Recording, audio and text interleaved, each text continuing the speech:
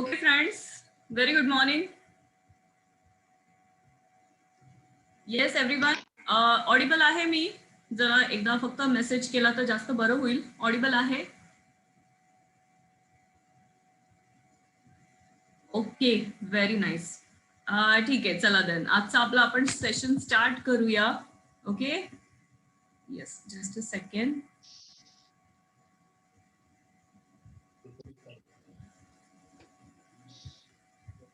बसते का नॉर्मल आहे ना ठीक आहे एवढं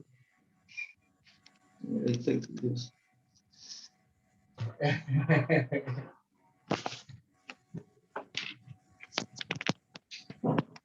ओके फ्रेंड्स, तर कसा वाटला कालचा? मला सगळ्यांनी कमेंट्स केलेच आहेत त्याच्यावरती, but still I would like to ask की त्याच्यानंतर थोडाफार विचार केला असेल की पूर्ण दिवस होता तुमच्याकडे अँड कसं वाटलं जीएसटीचं सेमिनार, आणि आता त्याच्याबद्दल आय थिंक आवड निर्माण झाली असेल की टॅक्सेस हा प्रकार शिकला पाहिजे आणि आपल्या बिझनेससाठी यूज केला पाहिजे. So how was the session?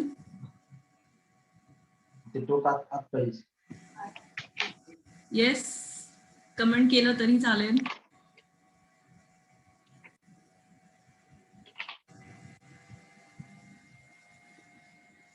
काय कळलं नाही.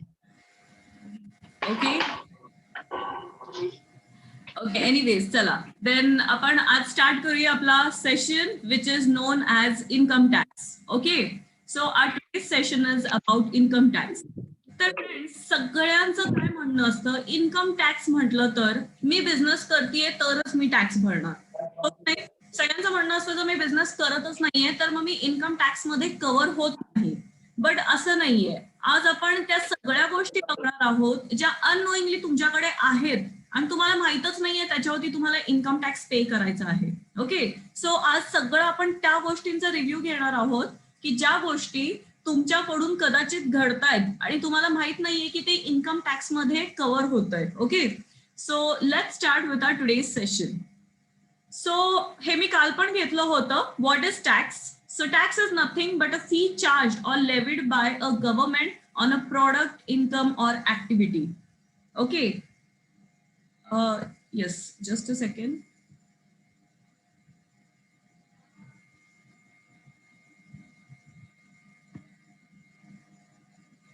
कोणी ऍडमिट व्हायचं राहिलंय?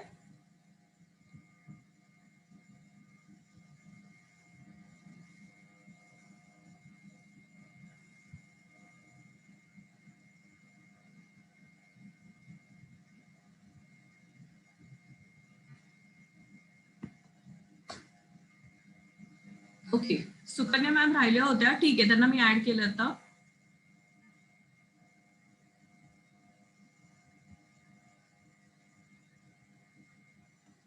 ओके, सो जसं की काल आपण बघितलं आहे की टॅक्स कधी चार्ज होतो, तर टॅक्स चार्ज होतोय प्रोडक्ट वरती, जे आपण काल बघितलं इनडायरेक्ट टॅक्सेस मध्ये. आपल्या unknowingly means right from a birth whatever things we are purchasing at from that moment we are paying taxes. Okay, so products कुठलेही विकत घेताना आपल्याला टॅक्स पे करावा लागतोय and the tax which we are paying is known as indirect taxes.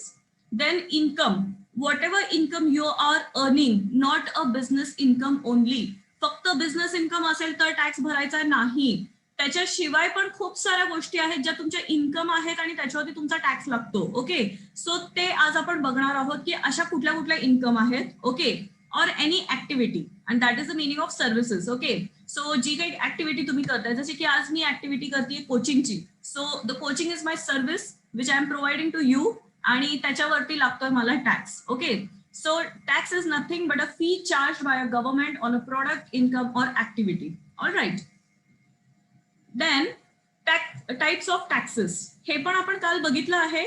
There are 2 types of taxes. मी आज हे परत घेतेय बिकॉज काल कदाचित सगळ्यांसाठी हे नवीन होतं किंवा काही काही लोकांसाठी हे नवीन असेल. आज कदाचित ती कन्सेप्ट तुम्हाला जास्त प्रमाणात क्लिअर होईल की 2 प्रकारचे टॅक्सेस आहेत गव्हर्नमेंटचे. एक आहे डायरेक्ट टॅक्स, एक आहे इनडायरेक्ट टॅक्स. एक टॅक्स कुठले कुठले टॅक्सेस स्टेट गव्हर्नमेंट कलेक्ट करतोय, कुठले कुठले टॅक्सेस सेंट्रल गव्हर्नमेंट कलेक्ट करतोय. ओके, सो डायरेक्ट टॅक्स म्हणजे काय? if tax is levied directly on personal or corporate income, then it is a direct tax. Okay, तुम्ही स्वतःहून कॅल्क्युलेट करता, तुम्हाला माहिती आहे तुमची इन्कम किती आहे, त्याच्यावरती तुम्हाला टॅक्स किती बसणार आहे आणि तो तुम्ही स्वतःहून विलिंगली व्हॉलंटरीली पे करतात, त्या टाइमला आपण त्याला म्हणतो डायरेक्ट टॅक्स. आणि इनडायरेक्ट टॅक्स म्हणजे आपल्या अननोईंगली आपण टॅक्सेस पे करतो. Okay, whatever goods we are purchasing at that moment, whatever taxes we are paying, it is known as indirect taxes. Alright friends, so काल हा indirect टॅक्सेसचा भाग आपण बघितला आहे. आज आपला मेन पार्ट आहे तो आहे डायरेक्ट टॅक्सेसचा. Okay, yes. सो एक्झाम्पल द्यायला आवडेल मला. कालही आपण हे बघितलंय, इनडायरेक्ट टॅक्सेस मध्ये service tax, excise duty, value added tax, customs duty and now the main tax okay is GST. हे काल सगळे टॅक्सेस आपण बघितले आहेत, त्यांच्या मागची हिस्ट्री बघितली आहे. आज आपल्याला बघायचं आहे डायरेक्ट टॅक्स. जसं मी परत सांगते की सगळ्यांना वाटतं इन्कम टॅक्स हाच फक्त डायरेक्ट टॅक्स मध्ये येतो. नो फ्रेंड्स, इन्कम टॅक्स व्यतिरिक्त पण काही टॅक्सेस आहेत जे डायरेक्ट टॅक्सेस मध्ये येतात. ते आहेत corporate tax, wealth tax, gift tax. Okay, these are the 4 types of taxes which is known as direct taxes. Okay, so direct tax हे चारही टॅक्सेस आपण व्हॉलंटरीली गव्हर्नमेंटला पे करतो. आपण कॅल्क्युलेट करायचं, आपली किती इन्कम आहे त्याच्यावरती कॅल्क्युलेट करायचंय आणि गव्हर्नमेंटला व्हॉलंटरीली पे करायचंय. And that is the meaning of direct taxes. Alright friends, yes. Again, coming to the same topic, why taxes are charged. So the main purpose of taxes collection from us by government is it has to finance its expenses. Government चे जे काही expenses आहे, जसे की salary आहे of police department, military forces, then even civil services, त्यांना त्यांची salary देणं, त्याच्यानंतर आपल्याला जे काही इन्फ्रास्ट्रक्चर मिळत आहे, ओके, लाईक रोड्स आहे, हायवेज आहेत, डॅम्स आहेत, स्ट्रीट लाईट्स आहेत, प्ले ग्राउंड्स आहेत, जे काही आपल्याला आपल्या आजूबाजूला डेव्हलपमेंट दिसत आहेत, ते सगळं गव्हर्नमेंट कुठून करते, तर आपण दिलेल्या टॅक्सेस मधून. Okay, so you should be very happy की तुम्ही या सगळ्या गोष्टींमध्ये कॉन्ट्रीब्युट करतायत. ओके, सो गव्हर्नमेंटला त्याचा एक्सपेन्सेस करण्यासाठी इन्कम हवी आहे आणि ती इन्कम म्हणजे असते आपण पे केलेले taxes. Okay, so that's why government is very much particular in collecting taxes. कारण त्यांनी जर टॅक्सेस कलेक्ट नाही केले वेळेवर तर त्यांचं बजेट हलणार आणि त्यांच्याकडे जेव्हा इन्कम नसेल खर्च करायला तेव्हा ते सगळा खर्च करू शकत नाही. बट अशी कधीच सिच्युएशन येणार नाही. त्याच्यामुळेच आपल्याला सगळे लेट, फाईन, पेनल्टीज हे लावतात, पण आपल्याकडून ती टॅक्सेस कलेक्ट करतातच. Okay, so next is what is taxation in India. Okay, so taxes in India levied by central government and state government. Okay, आपण हे काल बघितलेलं आहे. तर आता डायरेक्ट टॅक्सेस कुणाला जातो, तर डायरेक्ट टॅक्सेस हा डायरेक्टली सेंट्रल गव्हर्नमेंटला जातो. काल आपण बघितलं इनडायरेक्ट टॅक्सेस, त्यापैकी काही टॅक्सेस असे होते की जे सेंट्रल गव्हर्नमेंटला पण जायचे, स्टेट गव्हर्नमेंटला पण जायचे. बट डायरेक्ट टॅक्सेस हा डायरेक्टली आणि डायरेक्टली सेंट्रल गव्हर्नमेंटला जातो. त्याचा स्टेटशी काहीही घेणं देणं नाहीये. Okay, and there are some minor taxes, okay, which are levied by the local authorities such as municipality. Okay, like the water tax we are paying, the property tax which we are paying, ते कुणाला जात आहे तर ते आपल्या local ऑथॉरिटीजला जातात. Okay, कारण आपण लोकली पण प्रोग्रेस केली पाहिजे, लोकली पण आपल्या गव्हर्नमेंटकडे पैसे हवेत, तर ते ह्या मार्गातून कलेक्ट करतात आपल्याकडून. Okay, so the property tax or the whatever water tax which we are paying, that is going directly to our local authorities. Okay, so we are paying it to local authorities. आणि जो main tax आहे direct tax, that we are paying to central government. आणि indirect पैकी काल आपण बघितलं, म्हणजे आता जो जीएसटी आहे त्यापैकी सीजीएसटी हा जातो सेंट्रल गव्हर्नमेंटला, एसजीएसटी जातो स्टेट गव्हर्नमेंटला आणि आयजीएसटी हा 50-50 पार्टली जातो सेंट्रल गव्हर्नमेंट आणि पार्टली जातो स्टेट गव्हर्नमेंटला. ओके, बर, आता हे टॅक्सेस जे आपण पे करतोय हे कोणी सांगितलंय आपल्याला तुम्ही टॅक्सेस पे केले पाहिजे? कुठली लिगल नोटीस येते का आपल्याला? No, the authority. ओके, ज्यांनी आपल्याला सांगितलं आहे की तुम्ही टॅक्सेस पे केले पाहिजे ते आपल्या कॉन्स्टिट्यूशन मध्येच दिलेलं आहे. मीन्स आपलं जे कॉन्स्टिट्यूशन फॉर्म झालेलं आहे त्यातच सांगितलं आहे की as a responsible citizen you are suppose to pay taxes. Okay, आणि म्हणून आपण त्याच्या अगेन्स्ट कधीही जाऊ शकत नाहीये. ओके, इन्कम कमवली, प्रोडक्ट सेल केले, सर्व्हिस दिली, तर तुम्हाला टॅक्सेस हे लागणारच आणि तुम्ही ते पे केलेच पाहिजे. Okay, so it has been given in constitution of India. Okay, so that is our first foremost duty that we should pay taxes. Alright friends, Okay, now coming to the history of taxation. Okay, so tax कधी invent केला होता? Okay, कधी invent झाला होता? Fine. Can anybody tell me की कधीपासून तुम्हाला वाटतंय की डायरेक्ट टॅक्सेस हे इंट्रोड्यूस झाले असतील? येस. स्वतःला अनम्यूट करून जरी आन्सर दिलं तरी चालेल किंवा कमेंट केली तरी चालेल. Anything will do. ओके, जरा थोडं इंटरॅक्टिव्ह असू दे session. So can anyone tell me taxes कधीपासून इंट्रोड्यूस झाले असतील? येस. काय वाटतंय direct taxes? Yes, anyone? Be active. वस्तूंची देवाणघेवाण होत असेल किंवा काही परचेस सेल होत असेल तेव्हा टॅक्सेस सुरुवात झाली असेल असं वाटतं. ओके, बर, ठीक आहे.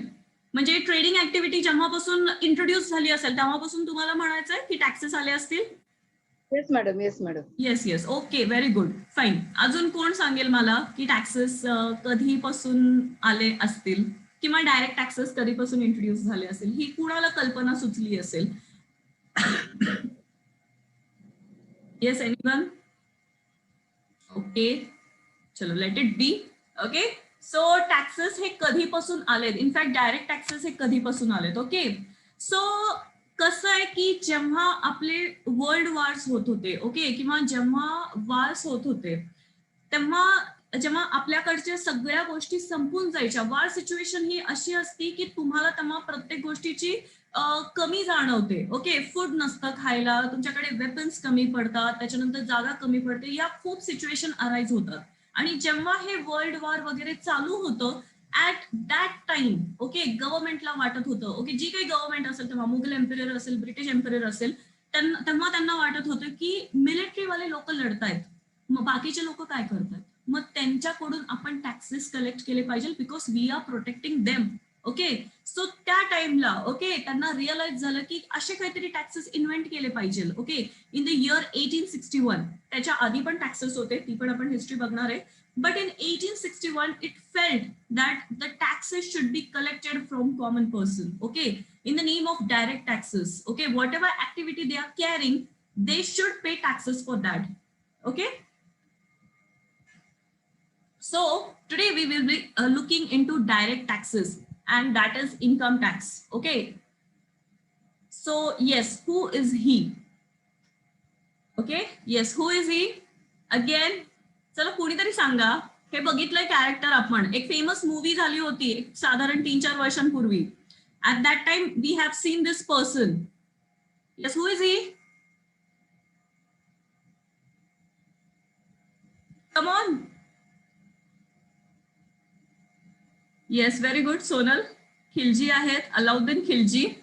Yes, we have seen Padmavat. Okay, so we have seen that he was so violent, एक खूप व्हायलेंट सुलतान होता, and we have seen all those love story and all त्या मूवीमध्ये. But we don't know the history behind this person. He is the main person who introduce tax in India. Okay, तेव्हाचा हिंदुस्थान आणि आताचा India.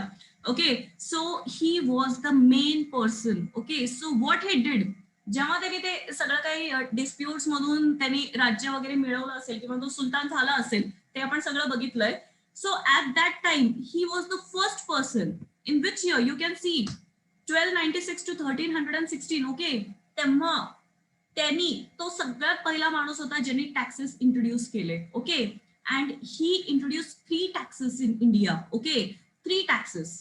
एक होता, आता हे सगळी इस्लामिक भाषा आहे, एक होता खरज, that is the tax on cultivation. If you're owing any land, okay, तुम्ही कल्टिवेशन करत आहात, तुम्ही फार्मर आहात, तर तुम्ही टॅक्स हा पे केलाच पाहिजे. ओके, सो त्यांनी सगळ्यात पहिला अलाउद्दीन खिलजी होता ज्यांनी इंट्रोड्यूस केला tax. Okay, and he introduce 3 taxes. One was खरज, tax on cultivation, cultivate करणार टॅक्स भरा. Then he introduced another tax. The name of that tax was charai, that is tax on cattle. Okay, तेव्हा कसं आहे ना, मेंढ्या वगैरे जास्त असायच्या, मेंढ्यांचं दूध असायचं, त्यांचा वूल सेल केला जायचा. सो जे लोक मेंढ्या ओन करत आहेत, ओके, कॅटल्स ओन करत आहेत, त्या लोकांनी एक टॅक्स पे केला पाहिजे, and the name of that tax was चरई. Okay, and third tax was घरी, that is tax on house. Whoever is having his own house, ज्याच्याकडे त्याच्या स्वतःचं घर आहे, त्यांनी टॅक्स भरायचा आहे. That the name of that tax is घरी. Everyone is clear? So Alauddin Khilji in the year 1296, okay, he ruled in 1296 to 1316, okay. तेव्हा त्यांनी हे 3 प्रकारचे टॅक्सेस आणले होते, okay. One was kharaj, that is tax on cultivation. Another was charai, that is tax on cattle, okay. आणि third was घरी, tax on house. म्हणजे ह्यातून कोणच सुटत नव्हतं. ज्याच्याकडे घर आहे त्यांनी टॅक्स पे करायचा, ज्याच्याकडे स्वतःची लँड आहे, ज्याच्यावर तो कल्टिवेशन करतोय त्यांनी टॅक्स पे करायचा, आणि जे लोकांकडे मेंढ्या आहेत, कारण त्यांना पण पुढे जाऊन त्यांची ऍक्टिव्हिटी कॅरी करायची ना, मिल्क सेल करायचंय, वूल सेल करायचंय, सो त्या लोकांना पण तो सुटू नये, त्याच्यामुळे त्यांच्यावरती पण एक थर्ड प्रकारचा टॅक्स चार्ज केलेला होता. So Alauddin Khilji introduced these 3 taxes. From that time, this direct taxes was introduced. Okay, तेव्हापासून taxes ही concept आली आहे. Okay, so later एक फिरोज तकल्लुक म्हणून होते, त्यांनी 1351 to 88 रूल केलं आणि त्यांनी घरी आणि चराई टॅक्स काढून टाकले. पण तर टॅक्स ऑन कल्टिवेशन जसाच तसा होता. कारण काय व्हायचं, ज्यांच्याकडे लँड आहे ते लोक जास्त प्रमाणात कमवत होते कारण ते कल्टिवेशन करत होते, त्याच्यामुळे खरंच हा टॅक्स त्यांनी तसाच ठेवला, पण चराई आणि घरी टॅक्स हा त्यांनी काढून टाकला. ओके, पण त्यांनी एक नवीन टॅक्स आणला आणि the name of that tax was जेझिया. ओके, हा जेझिया म्हणजे काय, जे लोक तेव्हा नॉन मुस्लिम्स असतील त्या लोकांनी टॅक्स पे करायचा. ओके, कारण तेव्हा इस्लामिक राज्य होतं. ओके, सो जे लोक नॉन मुस्लिम्स असतील त्या लोकांनी कुठला टॅक्स पे करायचा, जेझिया. Means there were 2 types of taxes after Alauddin Khilji. One was kharaj, that is tax on cultivation, and another was jizya, that is for non-Muslims. जे लोक मुस्लिम कम्युनिटी मधून बिलॉंग करत नाहीये त्या लोकांनी जेझिया टॅक्स भरायचा. पण हे सगळे टॅक्सेस एका आपल्या चांगल्या राजाने काढून टाकले, and the name of that Raja was Akbar. जेव्हा अकबर रूल करायला आले, मुघल एम्पेररच होती तेव्हा त्यांनी हे टॅक्सेस काढून टाकले. ओके, सो अकबरनी तेव्हा टॅक्सेस काढून टाकले कारण ते म्हणले की टॅक्सेस हे लोकांवरती बर्डन आहे आणि लोकांना बर्डन देऊन कुठल्याही गोष्टींची इन्कम आपण कमवायची नाहीये. त्याच्यामुळे अकबर राजांनी हे टॅक्सेस काढून टाकले. म्हणजे त्यांना ती इन्कम नको होती टॅक्सेस मधून. ते म्हणत होते आताचं राज्य आपलं खूप चांगल्यापैकी प्रगती करत आहे, त्याच्यामुळे लोकांकडून एक्स्ट्रा टॅक्सेस घ्यायची आपल्याला गरज नाहीये. And so all this taxes वर ऑबलिश्ड. ओके, सो आता हे कुठल्या सालात होतं, so all these were in 1200 to 1600s. Okay, तेव्हाच्या सालांपर्यंत हे चालत आलं. After that, for almost 20 years, there were no taxes in India. Okay, no taxes at all, not even the direct taxes as well as indirect taxes. Okay, but we faced some difficulties in the year 1857. Okay, जेव्हा British राज्य होतं तेव्हा वारच्या वेळेस किंवा अजून काही गोष्टींच्या वेळेस त्यांना वाटलं की पैसे कमी पडतायत, पण आपण लोकांकडूनच पैसे घेतले पाहिजे. लोकांकडून पैसे त्यांच्या उत्पन्नावरती घेणं ह्यालाच म्हणतात टॅक्स. ओके, आणि तेव्हा परत आफ्टर 20 इयर्स टॅक्स ही कन्सेप्ट इंट्रोड्यूस झाली लोकांमध्ये. ओके, अँड त्यांनी ब्रिटिशांनी एक टॅक्स इंट्रोड्यूस केला. Okay, which was again on cultivation only. जे लोकांकडे फार्म आहे, स्वतःची लँड आहे, त्यांनी तो टॅक्स पे करायचा. ओके, सो ब्रिटिशांनी हा टॅक्स आणला after 20 years of Mughal emperor. Okay, and so in 1860 one tax was passed की जे लोक कल्टिवेट करणार त्यांनी टॅक्स भरायचंय, पण हा फक्त 5 इयर्स साठी होता. त्यांनी सांगितलं आपण फक्त 5 वर्षच कलेक्ट करायचा आहे हा. ओके, सो 5 वर्षांसाठी लँड ओनर्सला टॅक्स परत एकदा भरावा लागला होता on their cultivation. Okay, so again in 1867 it was replaced, okay, by a license tax. Okay, so license tax म्हणजे जे लोक ट्रेडिंग ऍक्टिव्हिटी करणार आहेत फक्त त्या लोकांनी टॅक्स भरायचा. Okay, so 1867 to 1873 licence tax introduce केला ब्रिटिशर्सनी. ओके, 5 वर्षासाठी लँडवरती टॅक्स आणला, त्याच्यानंतर तो काढून टाकला आणि रिप्लेस केला एक लायसन्स टॅक्स वरती. ज्या लोकांचे स्वतःचे काही युनिट्स आहेत, ट्रेडिंग असू दे किंवा मॅन्युफॅक्चरिंग असू दे, त्या लोकांनीच फक्त टॅक्स भरायचा, बाकी कोणीच भरायचं नाही. ओके फ्रेंड्स, तर हे काय मी सांगतेय, तर हे मी हिस्ट्री सांगतेय की इंडियामध्ये किंवा आपण म्हणू शकतो की पहिल्यांदा ही इन्कम टॅक्स कन्सेप्ट कशी आली, कुणी आणली.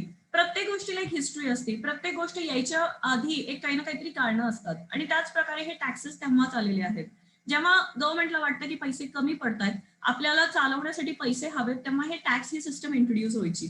मग ती मुघल एम्पेरर मध्ये असू दे, नाहीतर मग ती आपल्या ब्रिटिश एम्परर मध्ये असू दे, ओके, कुणाच्याही एम्परर मध्ये त्यांनी ते टॅक्सेस आणले होते. Okay, so these were the history about taxes. And now coming to a movie. Okay, so yes, Lagaan. Everyone has seen this movie. Yes friends, Lagaan. Okay, yeah. Yes, so Lagaan मध्ये आपण काय बघितलं होतं? What was the plot of the movie? Yes, so Lagaan मध्ये लगानचं मिनिंगच taxes आहे. Okay, so everyone has seen this movie की कसे ब्रिटिशर्स लोक टॅक्स कलेक्ट करायचे. तिथं पाऊस पडत नव्हता, लँडचं काही कल्टिवेशन होत नव्हतं, तरीही त्यांना टॅक्सेस भरावे लागायचे. Means even though you are not earning any income but still you were bind to pay the taxes. Okay, so तेव्हा तुम्हाला टॅक्सेस भरावे लागायचे. मग त्यांनी ती एक मॅच खेळून टॅक्सेस माफ करून घेतले. Okay, for some period like 5 years or some period. Okay, so हा प्लॉट होता लगान मूवीचा. ओके, सो असंच व्हायचं तेव्हा की काय व्हायचं की तुम्ही कल्टिवेशन करायला गेलात की तुम्हाला टॅक्सेस भरावे लागायचे. ओके, लँड कल्टिवेट करायला गेलात की तुम्हाला काय व्हायचं? टॅक्सेस लागायचे. So it was in which year? It is 1893. You can see, आपण ब्रिटिश एम्पररचं बघितलं 1867 पर्यंत लायसन्स टॅक्स होता. आफ्टर दॅट ओके, तर आता 1893 मध्ये परत एकदा इंट्रोड्यूस झाला. The name of that tax was Lagaan. Okay, म्हणजे लगान म्हणजेच टॅक्सेस. ओके, सो हे प्लॉट ऑफ द मूवी होतं. तुम्ही जर बघितलं असेल तर तुम्हाला कळेल की कसे आपल्याकडून टॅक्सेस घेतले जायचे. And we were bind. Okay, काही ऑप्शन नव्हतं, आपण कोणीच नाही म्हणू शकत नव्हतो त्या गोष्टीला, आणि आपल्याला ते भरावेच लागायचे. आजही तोच प्रकार आहे. आपण बिझनेसचा लॉस करू, बिझनेस स्टॉप करू, बिझनेस नाही चालला तर कदाचित आपण कोणातरी हँड ओव्हर करू. ओके, पण टॅक्सेस काय आपल्याला सुटत नाहीये. Why? Because this taxes later on were introduced in constitution of India. Legally bind झालंय. तुम्ही इंडियन सिटीजन आहात, तुम्हाला टॅक्सेस पे करायचे. Same was the plot of the movie. Okay, so हे सगळं आपण बघितलं आहे त्या मूवीमध्ये की कशा प्रकारे आपल्याकडून टॅक्सेस कलेक्ट केले जायचे. ओके, सो ही टॅक्सेसची कन्सेप्ट ही होती टॅक्सेसची हिस्ट्री. आपण कधीपासून टॅक्सेस पे करत आलेलो. Okay, so now let's start with our important topic of income tax. Okay, I hope you all must be clear with the taxes, history of taxes. Yes friends? Okay, चला तर Yes, madam. बघूया one by one की income tax किंवा direct tax हा फक्त एकच नाहीये की बिझनेस केली की मला फक्त द्यायचे पैसे. ओके, आज आपण बघणार आहोत की अशा कुठल्या कुठल्या इन्कम आहेत की ज्याच्यावरती तुम्हाला टॅक्सेस पे करावे लागतात. Okay, yes, who is he? Mister Mallya. Everyone knows. काय होतंय, ह्या देशातले कितीही अमीर लोक असू दे, ओके, किंवा मिडल क्लास लोक असू दे, त्यांची कुठल्याही फायनान्शियल इयरला 30 लाखापेक्षा इन्कम गेली. आता इन्कम कॅल्क्युलेट करताना काय होणार? त्यांच्या जागा घेतल्या जाणार. जागेनंतर त्यांच्याकडे गोल्ड किती आहे, बुलियन्स किती आहेत, त्यांच्याकडे अँटिक्स किती आहेत, हे सगळे बघितलं जाणार. त्यांच्याकडे कॅश किती आहे, त्यांचा बँकेत बॅलन्स किती आहे, म्हणजे तुमच्याकडे असणारी प्रत्येक ऍसेटचा हिशोब लावला जाणार.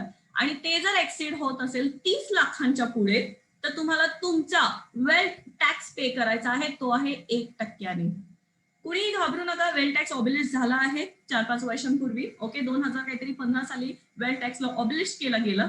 ओके, सो कारण 30 लाख ही खूप कमी इन्कम आहे. आता लोक त्याच्यापेक्षा जास्तच कमवतात. ओके, पण ही सिस्टम चालू आली होती आणि ऑलमोस्ट एक 50-60 वर्ष होती. आपल्याला जेव्हापासून इंडिपेंडन्स मिळाला तेव्हा ही सिस्टम इंट्रोड्यूस केली होती की ज्या माणसांची 30 लाखाच्या पुढे इन्कम जाणार वर्षाला, त्यांनी वेल्थ टॅक्स पे करायचा आहे at the rate of 1%. Okay, so हे मी का सांगते, कारण तुम्हाला माहित असलं पाहिजे की असे पण टॅक्सेस होते. म्हणजे apart from income tax you were paying wealth tax also. म्हणजे मी काहीच काम धंदे करत नाहीये पण माझ्याकडे प्रॉपर्टी आहे, तर ती प्रॉपर्टीची व्हॅल्यू जर 30 लाखाच्या पुढे जात असेल तर you were suppose to pay 1%. Okay, 30 लाखाच्या पुढे 1 रुपया जरी गेली तर त्याच्यावरती 1% तुम्हाला काय पे करावं लागायचं? Wealth tax. ओके, आता हे 30 लाख कधी कॅल्क्युलेट व्हायचे? फायनान्शियल इयरला. प्रत्येक फायनान्शियल इयरला तुमचे ऍसेट काउंट केली जायची. आता हे कोण काउंट करणार? कुठलाही इन्कम टॅक्स ऑफिसर येणार नाही, तुमचं तुम्हाला करायचंय. कारण आपला आजचा टॉपिक आहे डायरेक्ट टॅक्सेस. डायरेक्ट टॅक्सेस म्हणजे तुम्हाला स्वतःहून कॅल्क्युलेट करायचंय, व्हॉलंटरीली कॅल्क्युलेट करायचं आणि पे करायचंय. ऑलराईट फ्रेंड्स, सो तुम्हाला तुमचीच ऍसेट कॅल्क्युलेट करायची जी कोट करायची गव्हर्नमेंटला. ओके, आणि त्यापैकी जर तुम्ही 30 लाखाच्या पुढे एक्सीड करत असाल तर तुम्हाला काय करायचंय? 1% वेल्थ टॅक्स भरायचा. ओके, भरावा लागत होता. आता वेल्थ टॅक्स 2015 पासून नाही आहे. ओके, त्यांनी तो अबलिश करून टाकलाय गव्हर्नमेंटनी. ओके, कारण तिथं फ्रॉडचं प्रमाण जास्त व्हायचं. Fine. Second tax, direct tax, हा जो आहे त्याला तो आहे गिफ्ट टॅक्स. खूप कमी लोकांना ही कन्सेप्ट माहिती की गिफ्ट मिळालं तरी टॅक्स भरावा लागतोय. माझा फ्रेंड कोणतरी दुबईतून येतोय आणि मला घड्याळ देतोय, okay, no, it's a gift, you have to pay tax on that, and that too at the rate of 30%. Can you believe? माहित नाहीये लोकांना ही कन्सेप्ट.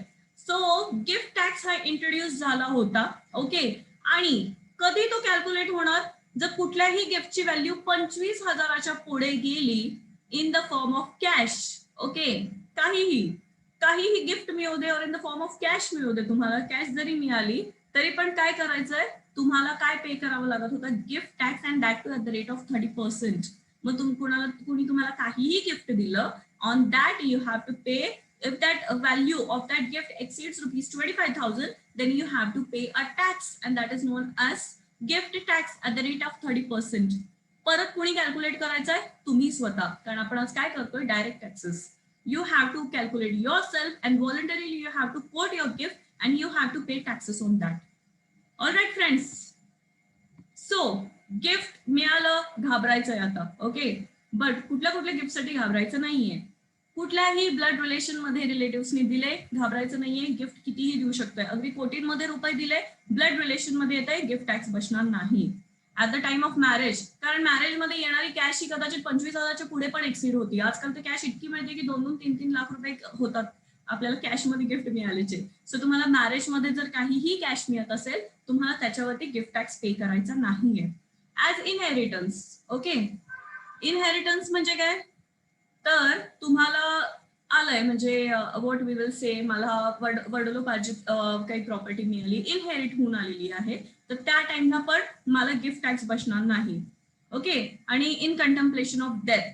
ओके, त्या टाइमला जरी मला कॅश आली तरीही मला घाबरायचं नाही. कितीही गिफ्ट आले तरी I don't have to pay any tax on that. Okay, but you are receiving any other thing apart from this all conditions, you are receiving any gift, then you have to pay a tax at the rate of 30%. Means the value is exceeding more than 25,000, then you have to quote that gift and you have to pay tax of 30%. Okay friends, so आता तुम्हाला I think clear असेल की फक्त business केला तर income tax भरायची नाहीये. No, there were more taxes apart from that. One was wealth tax, another was gift tax. Okay, yes. Now coming back to our direct tax meaning. Now, direct tax is one imposed upon an individual person or property as distinct from a tax imposed upon a transaction. Transaction म्हणजे sale आणि purchase व्यतिरिक्त त्याच्या income वरती लागणारा जो tax आहे त्याला आपण म्हणतो डायरेक्ट टॅक्स. ओके, सो आता तेच आपण करणार आहोत. The main topic is income tax, which you all are familiar with that concept. तुम्हाला वाटतंय की इन्कम टॅक्स हाच एकटा टॅक्स आहे, डायरेक्ट टॅक्स नाही. ह्याच्या व्यतिरिक्तही टॅक्स होते ज्याचं मी तुम्हाला इंट्रोडक्शन दिलं आहे. आता आपण बघणार आहोत या इन्कम टॅक्स मध्ये पण काय काय येतंय.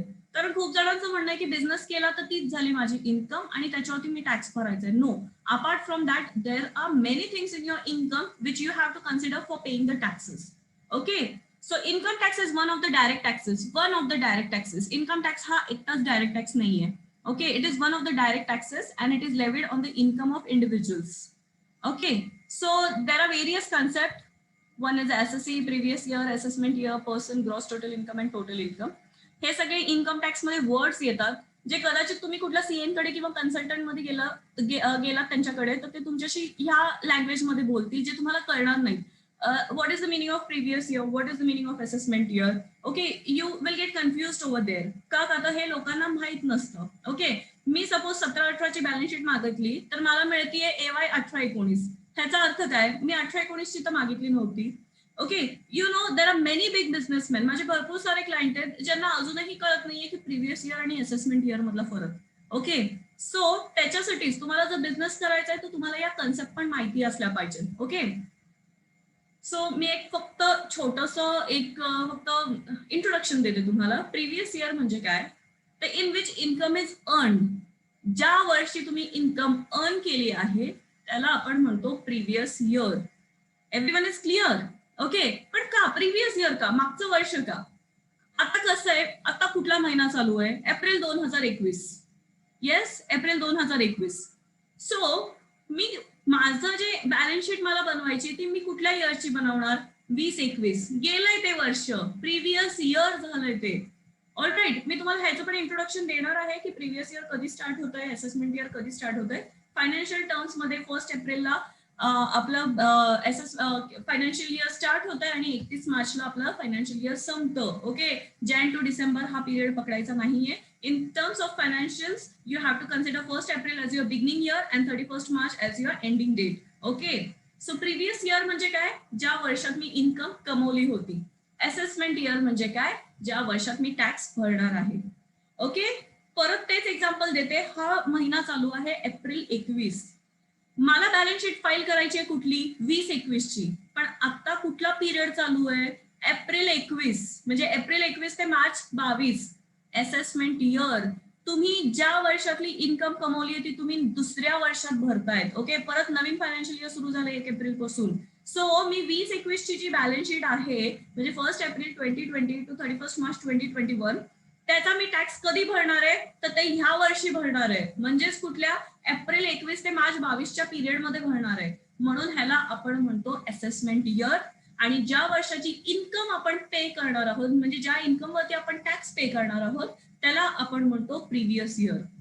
I think everyone is clear. Okay, previous year म्हणजे जे होऊन गेलेलं आहे वर्ष, जस्ट संपलंय बट स्टील ते होऊन गेलेलं आहे. आणि असेसमेंट इयर म्हणजे त्या वर्षाचा टॅक्स ह्या वर्षात भरणं, त्याला आपण म्हणतो assessment year.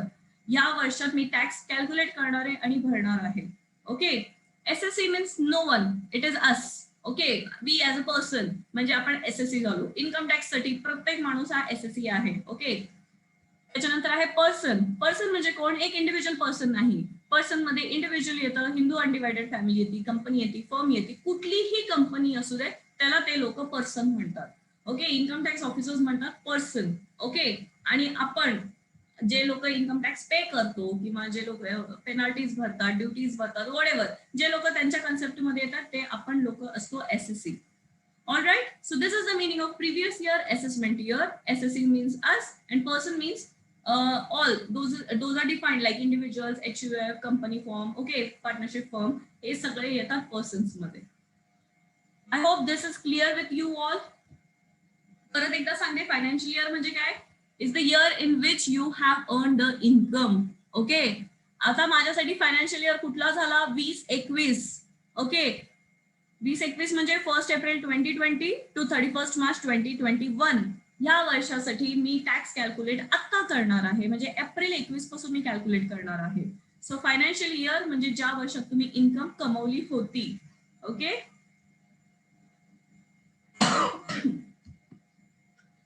and same is the assessment year, means in which year you are calculating the tax for that previous year. Okay, assessment year म्हणजे ज्याला आपण AY पण म्हणतो, फायनान्शियल इयर ज्याला आपण FY पण म्हणतो. ओके, सो AY म्हणजे असेसमेंट इयर, ज्या वर्षात तुम्ही टॅक्स कॅल्क्युलेट करणार आहात मागच्या वर्षीची, त्याला आपण म्हणतो असेसमेंट इयर. ऑलराईट फ्रेंड्स, चला एक एक्झाम्पल देते, आता कुणीही कन्फ्युज होणार नाही बहुतेक. सो 1 एप्रिल 2018 ते 31 मार्च 2019चा पिरियड आहे. फायनान्शियल इयर झाला 18-19, असेसमेंट इयर झाला 19-20. कारण मी 18-19 जेव्हा 31 मार्च 2019ला पिरियड संपतोय, 1 एप्रिल 2019ला नवीन पिरियड चालू होतोय, तेव्हा जाऊन मी त्याचा टॅक्स भरणार आहे. ओके, त्याच्यामुळे त्या फायनान्शियल इयरचा असेसमेंट इयर झाला 2019-20. ओके, नेक्स्ट आहे 1 April 2019 to 31 March 2020. Financial year झाला 19-20, असेसमेंट इयर झाला 20-21. Okay, then 1 April 2020 to 31 March 2021. Financial year झाला 20-21, असेसमेंट इयर झाला 21-22. ओके, सो आता आपण जे फायनान्शियल इयर होतं 20-21चं, त्याचा टॅक्स आपण आता कॅल्क्युलेट करणार आहे आणि त्याचा असेसमेंट इयर कुठला असणार आहे, तर 21-22. कारण आता 1 एप्रिल 2021 पिरियड स्टार्ट झाला आहे, जो 31 मार्च 2022 ला एंड होणार आहे. Okay friends, okay, again this is the example, you can go through it after I circulate the PPT. okay, एकदा परत एकदा बघून घ्या, काही कन्फ्युजन असेल तर बघून घ्या फायनान्शियल इयर आणि असेसमेंट इयर मध्ये. ओके, आता आपल्या इथं प्रत्येक जण बिझनेस करताय. ओके, सो त्याच्यामुळेच मला सांगायला आवडेल की there are various different forms of organisation. सगळ्यांना वाटत असेल पार्टनरशिप फर्म असती, काहीतरी कंपनी म्हणून काहीतरी असती. Then what is the meaning exactly of it? One is sole proprietorship, another is Hindu undivided family, Next is partnership firm. Then is the company form of organization, that is private limited and public limited, and another is foreign company. ह्याच्या व्यतिरिक्त पण आहेत, association of persons आहे, okay, अजून वेगळे वेगळे forms आहेत जे आपण मोस्टली फॉर्म नाही करत, पण आपण डील करतो ह्या एवढ्याच गोष्टींमध्ये. ओके, आपल्या समोर कधी बिझनेस स्टार्ट करायचं स्वप्न असेल तर आयदर आपण ह्यापैकीच कुठली तरी निवडतो. आयदर मी एक प्रोप्रायटरशिप मध्ये बिझनेस स्टार्ट करते, नाही तर HUF मध्ये करते, नाही तर पार्टनरशिप मध्ये करते, प्रायव्हेट लिमिटेड पब्लिक लिमिटेड मध्ये करते. Okay, and one more concept is foreign company and another concept is Hindu undivided family. Okay, so what is the meaning of this sole proprietorship? मी इंडिव्हिज्युअली कुठला बिझनेस करतेय, individually. Okay, आता आपल्या इथं भरपूर जण इंडिव्हिज्युअलच आहेत. इंडिव्हिज्युअली मी कुठलाही बिझनेस स्टार्ट करायचं म्हटलं तर मी होणार sole proprietor. Sole means one. Okay, sole proprietor. Fine everyone. So this is the meaning of sole proprietorship, की एका माणसानेच फक्त बिझनेस स्टार्ट करायचा आहे. Then is Hindu undivided family. I hope तुम्ही कधीतरी अशी पार्टी बघितली असेल एका ट्रेडर्सच्या दुकानांवरती वगैरे, की किराणा मालाची दुकानं असतात, Ajit and brothers, Mehta and sons.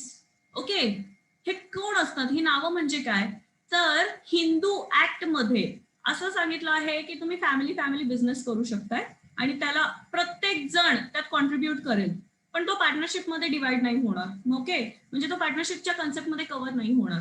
त्याला आपण म्हणणार हिंदू अनडिवायडेड फॅमिली. ओके, असं बघितलं असेल ना कधीतरी party, like Mehta and sons आणि वॉट एव्हर ब्रदर्स असं ते लिहिलेलं असतं नावं.